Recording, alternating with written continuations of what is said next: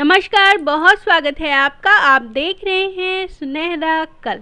पूजा करते समय मिले ये संकेत तो समझे साक्षात भगवान आपके सामने है। इस विषय पे हम आज बात करेंगे, लेकिन उससे पहले यदि आप मेरे YouTube चैनल सुनहरा कल पर नए हैं, अभी तक आपने इसे सब्सक्राइब नहीं किया है तो अवश्य सब्सक्राइब कर ले ताकि इस तरह की जानकारी आप तक सबसे पहले मिले। और यदि आपको जानकारी अच्छी लगती है दोस्तों तो इसे लाइक और शेयर करना बिल्कुल ना भूलें। तो आइए वीडियो को शुरू कर लेते हैं।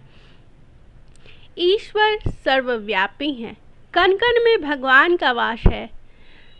भगवान अपने होने का कुछ संकेत देते हैं, कभी कभी हम उन संकेतों को समझ नहीं पाते हैं।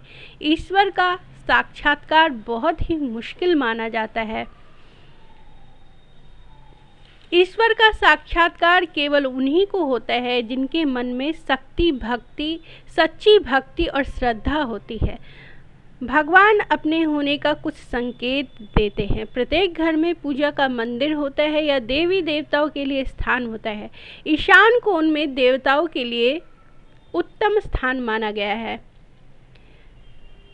पूजा करने वाले का मुख हमेशा पूर्व दिशा की ओर रखना शुभ माना जाता है। तो हम बात कर रहे थे उन संकेतों की, तो आइए जानते हैं क्या है वे संकेत।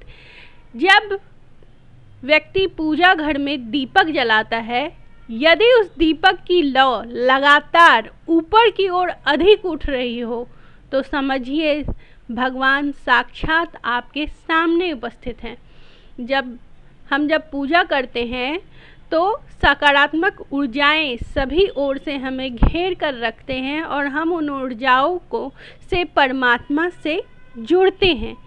जब आप पूजन स्थल पर धूप दिखाते हैं या अगरबत्ती जलाते हैं, अगर वह धुआं भगवान की ओर जा रहा हो या धुएं से कोई आकृति बन रही हो तो समझिए भगवान साक्षात आपके सामने हैं और आपसे प्रसन्न हैं। जब पूजा करने के दौरान धूप या अगरबत्ती जलाने से पहले ही कोई भीनी भीनी खुशबू आपको आने लगे तो समझिए साक्षात भगवान आपके पास हैं।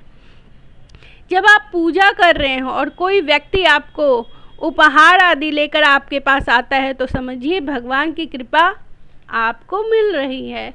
पूजा करने के दौरान यदि कोई याचक, साधु, संत या कोई मेहमान आए तो समझिए साक्षात भगवान का स्वरूप है।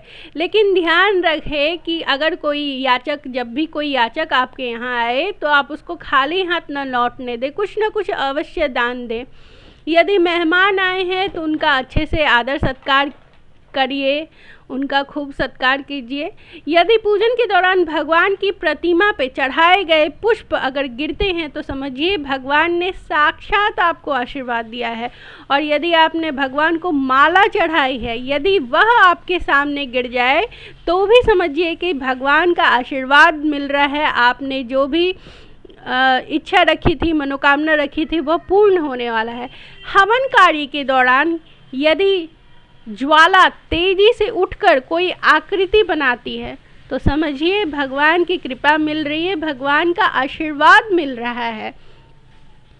यदि पूजा करते वक्त शंख, घुंघरू, घंटा या पायल की आवाज़ सुनाई दे तो समझिए साक्षात आपके सामने भगवान है।